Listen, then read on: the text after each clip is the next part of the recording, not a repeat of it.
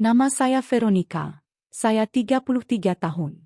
Saya tinggal di Vitebsk, di sebuah rumah tua namun nyaman di pinggiran kota, di mana setiap pintu masuknya berbau kehidupan orang lain dan rempah-rempah dari dapur orang lain. Di kota, semua orang saling mengenal, atau setidaknya mengira begitu. Saya bekerja sebagai perangkai bunga di sebuah bengkel kecil di taman, tetapi di rumah saya benar-benar berbeda. Pendiam, tertutup, dengan secangkir teh hitam dan selimut di pangkuan saya. Seolah-olah saya sedang menikmati musim gugur di tengah musim panas. Saya tidak pernah menjadi orang yang suka menonjol. Tetapi ketika saya masuk ke sebuah ruangan, suasananya tetap sedikit berubah. Bukan saya. Itu hanya cara saya menundukkan kepala, cara saya memilih pakaian. Di musim panas, saya menyukai kain ringan seperti linen dan sifon, yang menyentuh tubuh seperti angin. Hari itu, saya mengenakan gaun musim panas berwarna pasir dengan tali tipis, tepat di atas lutut, dan tanpa alas kaki. Di kaki saya hanya mengenakan ket kuku tipis dan gelang ember. Hadiah dari ibuku. Panasnya menyengat. Saat itu hari Senin, pertengahan Juli. Aku membuka semua jendela, tetapi angin tetap tidak datang. Di hari-hari seperti ini, keheningan seolah melekat di kulit, dan setiap suara di rumah terdengar lebih keras. Aku sedang menunggu tukang listrik yang dikirim manajer. Panel listrik di lorong perlu diperbaiki. Aku tidak mengharapkan sesuatu yang istimewa, tetapi kemudian bel pintu berbunyi, tajam dan penuh percaya diri. Aku pergi, mengunci pintu, dan membukanya. Di sana berdiri Artyom, muda, sekitar 25 tahun, mengenakan kaos baru, celana kerja, dan peralatan diikat pinggangnya. Dia tampak segar, meskipun panas menyengat dari jalan. Tatapannya tenang, hampir tanpa malu-malu langsung, seperti seseorang yang tidak main-main tetapi langsung berkata, "Aku di sini." Dia berkata, "Halo," dengan nada sedikit lebih rendah dari biasanya. Suaranya serak, seolah-olah dia belum lama bangun, tetapi sudah memahami sesuatu tentang hari ini. Saat ia berjalan ke lorong, aku merasakan perubahan suasana. Aroma parfumnya yang lembut, tajam dan sedikit berkayu, bercampur dengan aroma dupa ladenku. Ruangan itu terasa semakin kecil. Ia memeriksa panel listrik, bergumam sesuatu pelan. Aku berdiri sedikit di belakangnya, mengamatinya, tangannya yang cekatan dengan jari-jari kasar, punggungnya yang melengkung di bawah kain tipis kaosnya. Aku melihat tato di pergelangan kakinya, hampir tersembunyi, dan tiba-tiba rasa penasaran menghampiriku. "Ini akan memakan waktu sedikit," katanya tanpa menoleh. "Kabel di sini tampaknya telah diutak-atik secara sembarangan." Aku mengangguk, tetapi ia tidak bisa melihat. Dan pada saat itu, aku menyadari gerakannya bukan menyentuh tubuh, tetapi sesuatu yang lebih dalam. Itu bukan gairah, melainkan perhatian. Ia menyentuh kabel-kabel itu seolah-olah ia memahami perasaan. Semenit kemudian, ia bertanya kepadaku, "Berikan senternya, kalau tidak merepotkan." Aku mengambilnya dan mendekat. Tanganku gemetar saat menyerahkannya. Kami berdekatan, hampir bahu-membahu, dan aku harus sedikit membungkuk. Rambutku terurai, menyentuh tangannya. Dia tidak tersentak, tidak mundur, hanya menghela napas pelan. Seolah dia tidak menduganya, tetapi tidak keberatan. Namun, tidak ada hal yang luar biasa terjadi.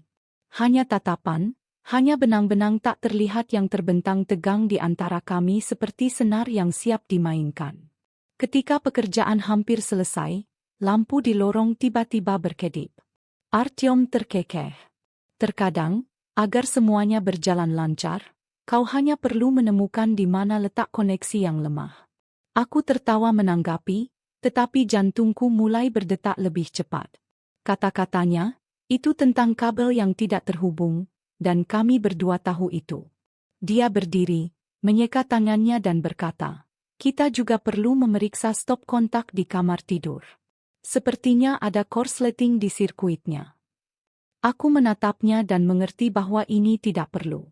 Itu hanya alasan. Tapi aku tetap mengangguk. Aku berjalan di depannya menyusuri lorong, merasakan tatapannya menyapu diriku seperti bayangan yang hangat dan penuh perhatian. Dan aku tidak terburu-buru, karena aku tidak lagi hanya membiarkannya masuk. Aku berharap dia akan berlama-lama. Kamar tidur menyambut kami dengan kesejukan. Satu-satunya tempat di apartemen di mana naungan dari pohon linden tua di luar jendela menyelamatkan kami. Aku menuntunnya masuk, sedikit menyingkir agar dia bisa lewat. Artyom melangkah melewati, hampir tidak menyentuh bahuku, tetapi sentuhan ini mengirimkan sengatan listrik ke tulang punggungku. Seolah-olah semua yang ada dalam diriku terhubung melalui titik ini. Kamar itu rapi, dengan nuansa merah muda pucat dan abu-abu yang lembut. Ada karpet lembut di lantai, rak buku di sudut, dan di seberangnya ada cermin berbingkai besar yang tidak begitu memantulkan kami, melainkan suasana yang menggantung di udara. Tiba-tiba aku merasa bahwa kaki telanjangku dan langkah kakiku di karpet terdengar lebih keras daripada kata-kata. Aku duduk di tepi tempat tidur, menarik satu kakiku ke bawah. Gaun musim panasku sedikit terbuka di lutut, memperlihatkan kulit hingga ke tengah pahaku, dan aku memperhatikan bagaimana tatapan Artyom berhenti sejenak. Dia dengan cepat mengalihkan pandangannya kembali ke stop kontak, tetapi sudah terlambat.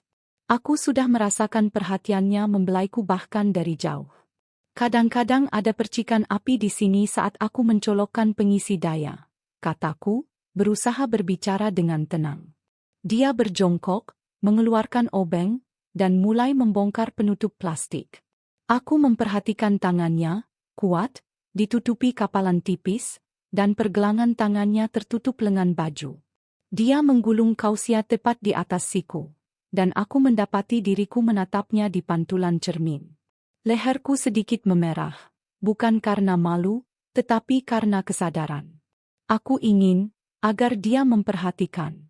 Tiba-tiba dia menoleh dan menangkap pandanganku melalui cermin. Kami berdua tidak bereaksi, tetapi keheningan itu mengatakan semuanya. Tidak perlu kata-kata. Semua ketegangan di antara kami bukanlah tentang apa yang kau katakan, tetapi tentang apa yang kau tahan. Bisakah kau berikan aku lakban? Tanyanya dengan tenang. Aku berdiri dan berjalan ke tasnya. Membungkuk. Aku merasakan gaun musim panasku sedikit ketat di punggungku. Apakah itu disengaja? Aku tidak tahu. Tetapi ketika aku berbalik, matanya sudah tertuju padaku, dan aku tidak mengalihkan pandangan. Sambil menyerahkan selotip itu padanya, aku berhenti lebih dekat dari yang seharusnya, hampir di tepi. Tangan kami bersentuhan, dan pada saat itu sesuatu berderak. Mungkin di plastiknya, mungkin di dalam diriku. Dia memegang tanganku sedikit lebih lama dari yang seharusnya, lalu melepaskannya, tetapi dengan hati-hati, seolah-olah itu kaca. Apakah kau tidak bosan sendirian di sini? Tanyanya tiba-tiba. Terkadang diam lebih baik daripada kata-kata. Jawabku, terkejut dengan suaraku sendiri. Suaraku menjadi lebih rendah, lebih lembut, dengan serak. Tapi tidak selalu, katanya pelan. Terkadang kau butuh seseorang yang hanya akan ada di sana. Tanpa penjelasan. Aku ingin menjawab, tetapi aku tidak punya waktu. Dia berdiri, dan hanya ada setengah meter lagi di antara kami. Di tengah keheningan total di ruangan itu, aku bisa mendengar denyut nadinya berdetak. Atau denyut nadiku? Dia melihat ke stop kontak dan mengangguk. Selesai. Tapi aku perlu memeriksa sesuatu di lemari. Kabelnya melewati bagian belakangnya. Kemungkinan besar, ada sambungan yang terpiling. Lemari itu berada di sudut, berat. Tidak mudah untuk memindahkannya. Aku mendekat dan membantu. Jari-jari kami kembali bertemu di panel kayu. Kami mendorong bersamaan, dan usaha itu membuat tubuh kami lebih dekat dari sebelumnya. Aku mendengar napasnya, dalam, tidak teratur. Seolah-olah dia juga menahan sesuatu. Dan aku pun demikian. Ketika lemari bergerak sedikit, dia berlutut dan mengintip ke dalam celah itu. Ya, itu miring. Seolah-olah seseorang mencoba menyembunyikannya. Tidak bisa diperbaiki, katanya. Dan sekali lagi, Aku tahu itu bukan hanya kabelnya. Aku duduk di sebelahnya, bersandar di tepi lemari. Gaunku sedikit terangkat, dan aku memperhatikan tatapannya tertuju pada kakiku. Aku tidak merapatkan kakiku. Sebaliknya, aku sedikit membukanya, dan udara di antara kami kembali menebal. Itu bisa terjadi, katanya, semuanya berfungsi di luar, tetapi di dalam ada korsleting. Kau harus membukanya untuk memahaminya. Dia menatapku langsung. Dan tidak ada kekasaran atau sindiran dalam kata-katanya. Hanya kebenaran. Aku merasakan kantung udara di dalam diriku bergetar, yang telah melindungiku dari sentuhan orang lain selama bertahun-tahun. Tapi sekarang aku sendiri yang mencari benturan.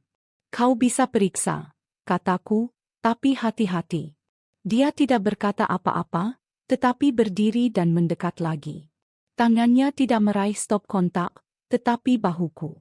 Sentuhannya begitu lembut, seolah-olah dia meminta izin. Aku tidak menjauh. Saat itu, teleponnya berdering. Dia meringis, mengeluarkannya dari sakunya, dan melihatnya. Aku harus menerima panggilan lain, katanya pelan. Aku mengangguk. Dia berjalan ke pintu tetapi berhenti. Veronica, aku tidak yakin ini hanya permintaan acak. Aku ingin datang lagi. Aku tidak yakin aku akan membiarkanmu pergi, bisikku. Dia pergi, dan hanya ketika pintu terbanting di belakangnya aku membiarkan diriku menghela napas. Aroma laden masih tercium di udara, tetapi sekarang ada sesuatu yang baru bercampur dengannya. Perasaan bahwa sesuatu telah dimulai dan tidak akan berhenti. Seminggu berlalu. Panjang, lesu. Hari-hari berlalu lambat seperti permen karet di saku masa kecil. Mudah, lambat, dan dengan rasa sesuatu yang tak terucapkan. Setiap pagi aku mendapati diriku keluar ke balkon, berharap menemukan kaus biru di suatu tempat di halaman, membuka kotak surat, seolah-olah dia mungkin meninggalkan sesuatu di sana. Tapi tidak, hanya keheningan, hanya panas. Vitebs tampak membeku. Aspal meleleh, udara bergetar, dan bahkan kucing-kucing bersembunyi di bawah mobil. Aku mencoba untuk tidak berpikir. Aku bekerja, membersihkan, membaca ulang surat-surat dari ayah, melihat-lihat foto-foto lama, menyesap anggur sendirian perlahan. Terkadang aku menyalakan musik, jenis musik dengan banyak gitar dan suara pria yang sedikit serak. Lagu-lagu seperti ini sepertinya menyentuh tengkuku, seperti dirinya. Pada Jumat malam, hari ke-8 setelah kunjungannya, rumahku dipenuhi aroma vanili dan hujan. Aku baru saja mandi, terbungkus handuk panjang dan mengoleskan minyak kelapa di leherku. Rambutku basah, wajahku tanpa riasan. Aku menyalakan kipas angin, tetapi hanya meniupkan udara panas ke seluruh ruangan. Saat itulah dia muncul lagi. Tanpa dering, tanpa peringatan. Aku mendengar bunyi gembok pintu. Pintunya tidak terkunci. Awalnya aku takut, tetapi saat langkah kakinya semakin dekat, aku mengenalinya. Tenang, tidak terburu-buru, seolah-olah dia sudah berada di sini ratusan kali sebelumnya. Aku berjalan keluar dari kamar mandi, dengan santai. Handuk itu menempel erat di tubuhku, membiarkan bahu dan kakiku telanjang. Dia berdiri di pintu masuk dengan tas di bahunya. Tatapannya sedikit khawatir. Kau yang memulai duluan, tapi dia menyela. Aku ada di dekat sini, sedang mengemudi lewat. Dan aku tidak bisa menahan diri untuk masuk. Dia mengatakan ini seolah-olah membuat alasan. Tetapi ada sesuatu yang lain di matanya, tekad. Dia telah menundanya terlalu lama, dan sekarang dia datang. Dan alih-alih bertanya, aku hanya mengangguk. Kau basah kuyup, katanya hampir berbisik. Mandi, aku tersenyum. Lihat betapa panasnya. Ya, kental seperti madu. Aku merasakan tatapannya berpindah dari leherku ke tulang selangkaku, lalu ke lekukan handuk Natalia. Itu bukan tidak sopan. Rasanya seperti melihat buku favorit sebelum membukanya ke halaman favoritnya. Mau teh? Tanyaku, sambil berbalik menuju dapur. Aku ingin memberi diriku kesempatan untuk tetap berada di garis antara ya dan tidak untuk saat ini. Dia mengikutiku. Dapur berbau mint dan apel. Kompot yang kubuat pagi ini ada di meja. Aku meletakkan ketel di atas kompor dan mengeluarkan cangkir. Dia diam-diam duduk di meja, melepas jaketnya, dan sekarang dia hanya mengenakan kaos hitam. Ketat, tipis. Aku melihat bahunya bergerak, bagaimana dia mengepalkan dan mengaduk jari-jarinya. Aku menuangkan teh dan meletakkan cangkir di depannya. Tapi dia tidak menyentuhnya, dia hanya melihat. Dan aku tahu kita membutuhkan alasan. Tidak ada jalan keluar, tidak ada formalitas. Sesuatu, agar itu menghilang karena suatu alasan? Ada satu lampu, gumamku di lorong. Lampu itu tidak berfungsi. Mungkin kau bisa melihatnya? Dia langsung berdiri, hampir tiba-tiba, dan mengikutiku. Memang ada lampu di lorong, tapi aku bahkan tidak ingat apakah lampu itu menyala sebelumnya. Dia mengeluarkan obeng dan mulai membuka penutupnya lagi. Tangannya bekerja seperti biasa, tetapi gerakannya melambat, seolah-olah dia menunda momen itu. Aku berdiri di belakangnya dan pada suatu saat mendekat, merasakan kehangatan tubuhnya. Aku tidak menyentuhnya, hanya memperhatikan denyut nadi di lehernya. Dan kemudian dia berbicara tanpa berbalik. Apakah kau sengaja melakukan ini? Mengapa kau berdiri begitu dekat? Diam, bernapas. Aku tetap diam karena ya. Dia berbalik perlahan. Dan lagi-lagi dengan jarak yang sama. Menarik napas.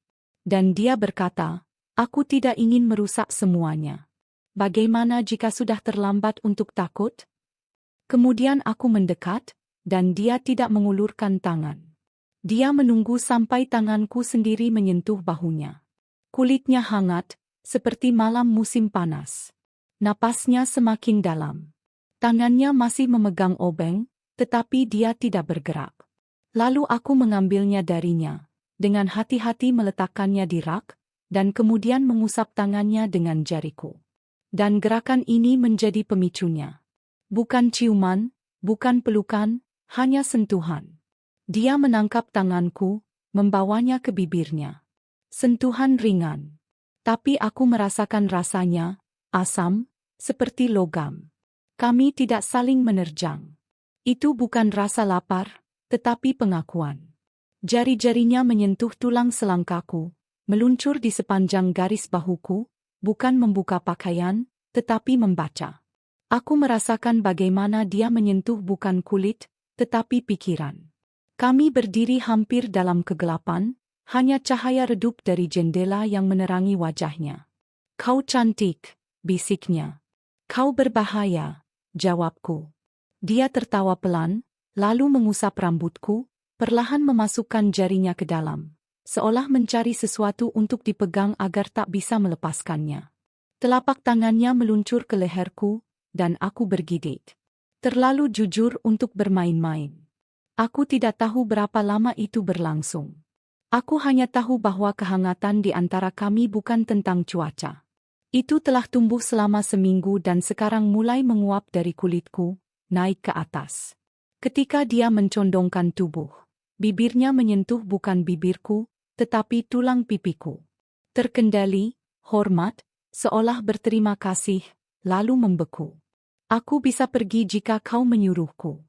Aku akan memberitahumu jika perlu, jawabku. Tapi aku tidak melakukannya. Keesokan paginya semuanya sunyi.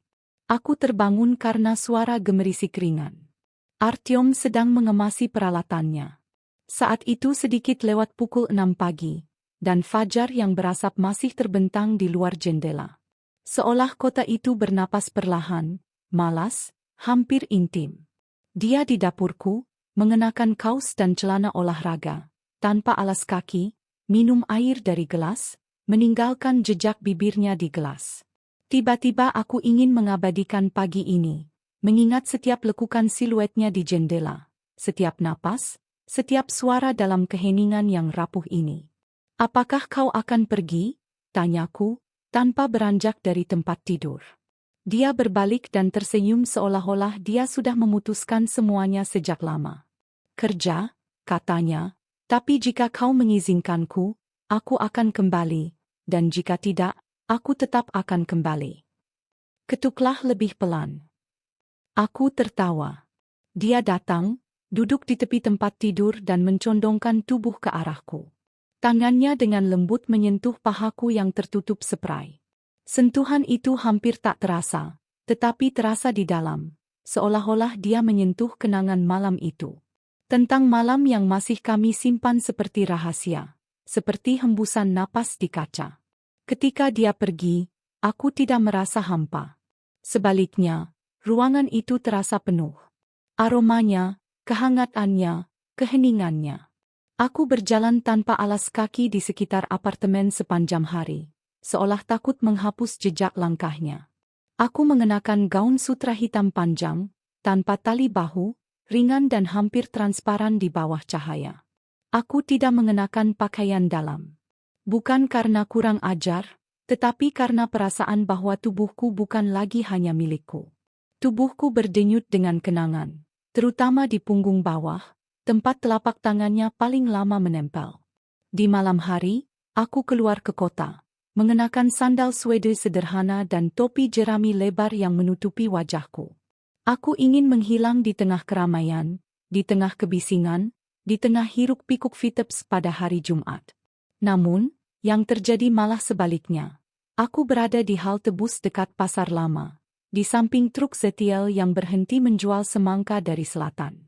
Aku mendekat dan saat itu juga mendengar suara, "Hei, Veronica." Aku menoleh dan melihatnya. Bukan Artyom, tapi teman lamaku, Maxim. Kami kuliah bersama di sekolah seni saat aku berusia 19 tahun. Saat itu dia adalah pria paling nekat dengan kamera dan celana jeans yang selalu robek. Sekarang dia tampak tegas, mengenakan kemeja, jam tangan mahal, dan aroma parfum yang lebih mahal daripada semua pakaian musim panasku. Dia telah banyak berubah, tetapi api yang sama tetap ada di matanya, buas, tak terhentikan. Pertemuan yang luar biasa, serunya dan langsung memelukku. Sentuhannya berbeda. Sentuhan itu tidak meminta izin Artyom. Sentuhan itu langsung terasa, seolah ingin mengingatkanku. Aku juga ada di sana. Dia memaksa untuk minum kopi. Kami duduk di sebuah kafe, dan percakapan mengalir dengan mudah. Maxim berbicara tentang Minsk, tentang proyek-proyeknya, tentang studio foto, tetapi aku sudah merasa dia sedang mengamatiku.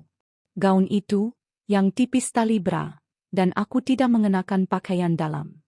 Dia melihat. Aku melihat pupil matanya sedikit melebar ketika aku mencondongkan tubuh dengan pembatas buku. "Kau berubah," katanya. "Semua orang berubah," jawabku. "Tidak, kau seperti baru bangun tidur setelah tidur panjang." Dia benar, tapi dia tidak tahu karena siapa. "Dengar, aku ada pemotretan besok di sebuah rumah pedesaan. Proyek yang menarik, artistik.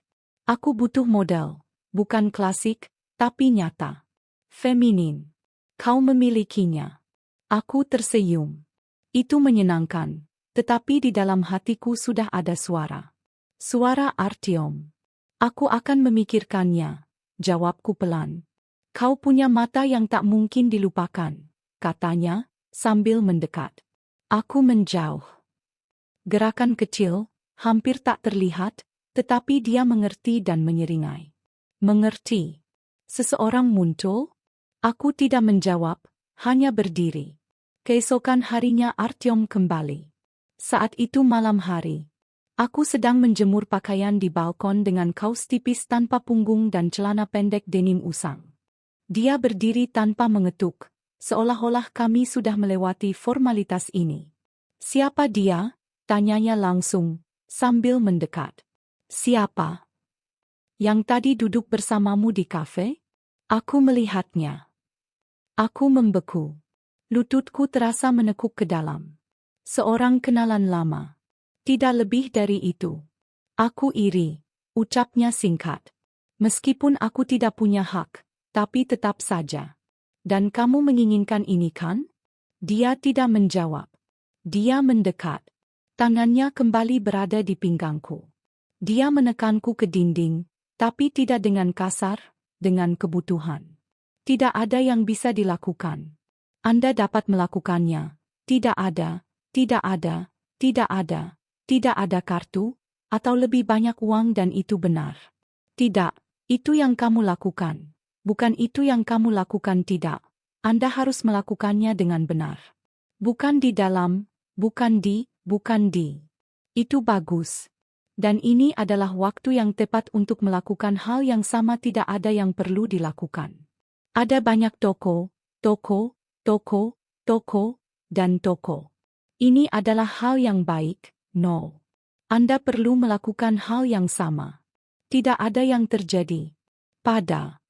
Dan tentu saja, tidak ada yang perlu dilakukan. Tidak ada yang perlu dilakukan. Tidak ada yang perlu dilakukan. Itu saja. Jika Anda melakukannya, Anda mungkin akan dapat membantu Anda. Jika Anda tidak dapat melakukannya, tidak ada telepon yang dapat Anda gunakan. Karena itu, tidak ada yang perlu dilakukan. Tidak ada yang perlu dilakukan. Tidak ada yang perlu dikhawatirkan.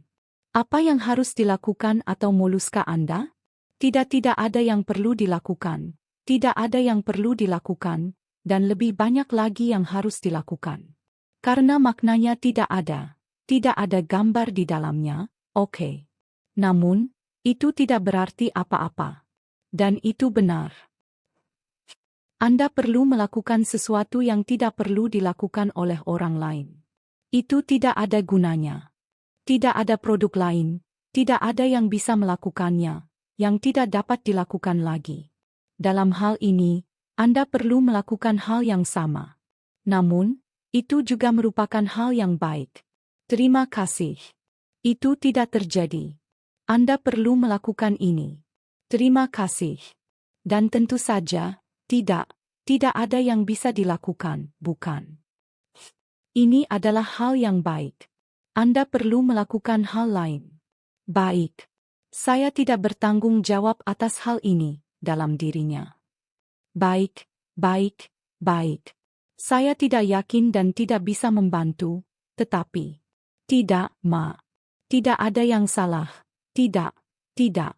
Anda tidak perlu khawatir tentang hal itu, tetapi Anda tidak perlu khawatir tentang hal itu. Di dalam foto. Dan itu benar. Maaf, itu benar. Apa yang Anda butuhkan? Terima kasih. Misalnya. Baik. Dan itu adalah hal yang baik, dan semuanya. Dalam hal ini, Anda adalah orang-orang yang bertanggung jawab atas hal ini. Tidak. Karena itu, Anda harus melakukan yang terbaik. Anda tidak perlu khawatir.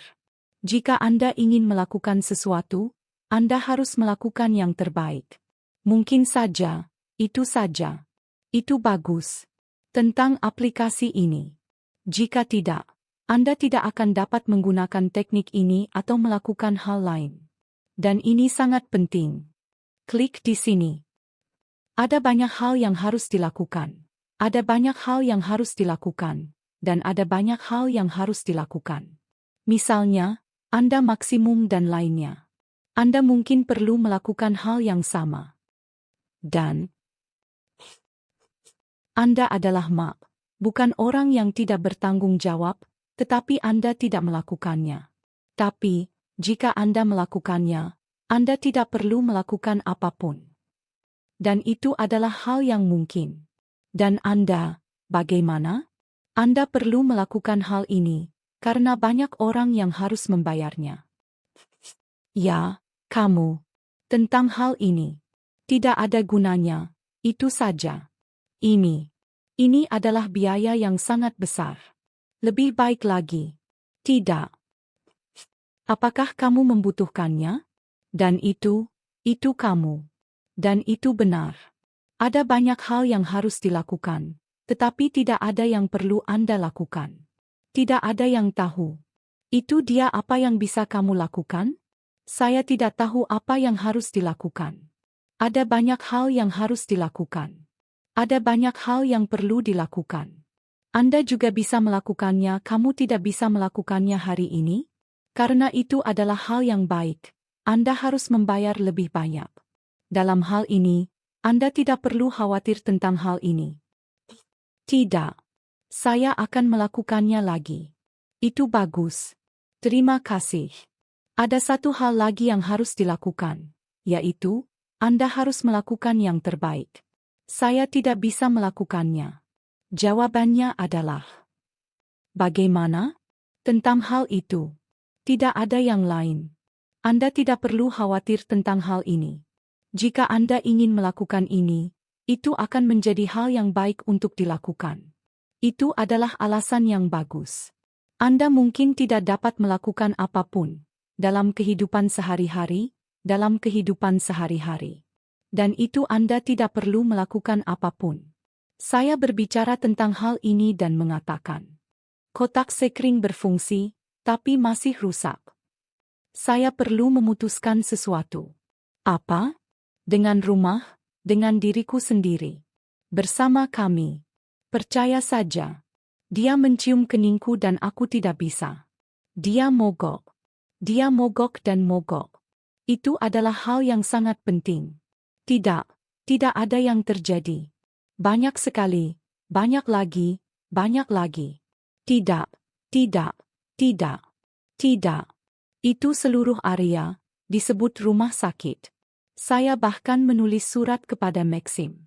Ada banyak hal yang perlu dilakukan, karena tidak ada yang bisa dilakukan. Dan kami akan membantu Anda banyak sekali manfaatnya. Tanpa alasan lain, itu saja. Tidak ada yang perlu dilakukan. Anda mungkin perlu melakukan ini. Saya tidak bisa melakukannya. Kawasan industri tua di luar kota, di mana pabrik maupun lampu jalan tidak lagi berfungsi.